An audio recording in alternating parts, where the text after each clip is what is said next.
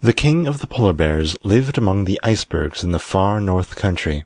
He was old and monstrous big. He was wise and friendly to all who knew him. His body was thickly covered with long white hair that glistened like silver under the rays of the midnight sun. His claws were strong and sharp, that he might walk safely over the smooth ice or grasp and tear the fishes and seals upon which he fed. The seals were afraid when he drew near, and tried to avoid him, but the gulls, both white and gray, loved him because he left the remnants of his feasts for them to devour. Often his subjects, the polar bears, came to him for advice when ill or in trouble, but they wisely kept away from his hunting grounds, lest they might interfere with his sport and arouse his anger. The wolves, who sometimes came as far north as the icebergs, whispered among themselves that the king of the polar bears was either a magician or under the protection of a powerful fairy, for no earthly thing seemed able to harm him. He never failed to secure plenty of food, and he grew bigger and stronger day by day and year by year.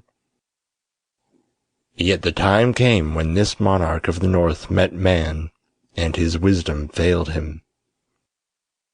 He came out of his cave among the icebergs one day and saw a boat moving through the strip of water which had been uncovered by the shifting of the summer ice. In the boat were men. The Great Bear had never seen such creatures before, and therefore advanced toward the boat, sniffing the strange scent with aroused curiosity and wondering whether he might take them for friends or foes, food or carrion. When the king came near the water's edge, a man stood up in the boat, and with a queer instrument made a loud bang. The polar bear felt a shock. His brain became numb. His thoughts deserted him. His great limbs shook and gave way beneath him, and his body fell heavily upon the hard ice. That was all he remembered for a time. When he awoke, he was smarting with pain on every inch of his huge bulk, for the men had cut away his hide with its glorious white hair, and carried it with them to a distant ship. Above him circled thousands of his friends the gulls, wondering if their benefactor were really dead, and it was proper to eat him. But when they saw him raise his head and groan and tremble, they knew he still lived, and one of them said to his comrades, "The wolves were right. The king is a great magician, for even men cannot kill him, but he suffers for lack of covering. Let us repay his kindness to us by each giving him as many feathers as we can spare." This idea pleased the gulls. One after another they plucked with their beaks the softest feathers from under their wings, and, flying down, dropped them gently upon the body of the king of the polar bears. Then they called to him in a chorus, "Courage, friend! Our feathers are as soft and beautiful as your own shaggy hair. They will guard you from the cold winds and warm you while you sleep. Have courage, then, and live." And the king of the polar bears had courage to bear his pain, and lived, and was strong again. The feathers grew as they had grown upon the bodies of the birds and covered him as his own hair had done.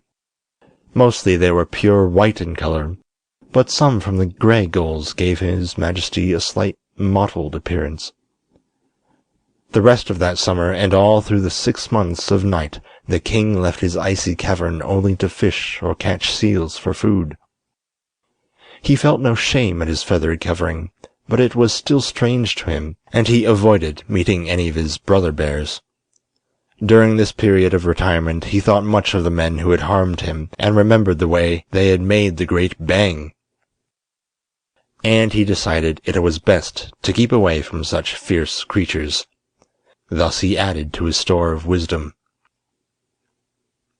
When the moon fell away from the sky and the sun came to make the icebergs glitter with the gorgeous tintings of the rainbow, 2 of the polar bears arrived at the king's cavern to ask his advice about the hunting season. But when they saw his great body covered with feathers instead of hair, they began to laugh, and one said, "Our mighty king has become a bird! Who ever heard of a feathered polar bear?" Then the king gave way to wrath. He advanced upon them with deep growls and stately tread, and with one blow of his monstrous paw, stretched the mocker lifeless at his feet. The other ran away to his fellows and carried the news of the king's strange appearance. The result was a meeting of all the polar bears upon a broad field of ice, where they talked gravely of the remarkable change that had come upon their monarch. "He is in reality no longer a bear," said one, "nor can he justly be called a bird. But he is half bird and half bear, and so unfitted to remain our king." "Then who shall take his place?" asked another. "He who can fight the bird-bear and overcome him," answered an aged member of the group. "Only the strongest is fit to rule our race." There was silence for a time, but at length a great bear moved to the front and said, "I will fight him. I, Woof, the strongest of our race, and I will be the king of the polar bears." The others nodded assent, and dispatched a messenger to the king to say he must fight the great Woof and master him or resign his sovereignty. "For a bear with feathers," added the messenger, "is no bear at all, and the king we obey must resemble the rest of us."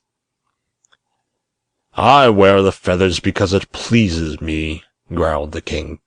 "Am I not a great magician?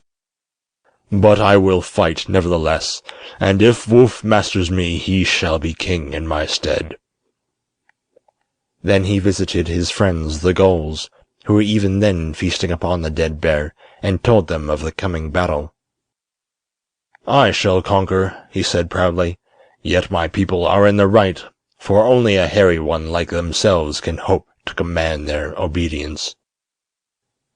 The queen gull said, "I met an eagle yesterday which had made its escape from a big city of men, and the eagle told me he had seen a monstrous polar bear skin thrown over the back of a carriage that rolled along the street. That skin must have been yours, O king, and if you wish I will send 100 of my gulls to the city to bring it back to you." "Let them go," said the king gruffly, and the 100 gulls were soon flying rapidly southward.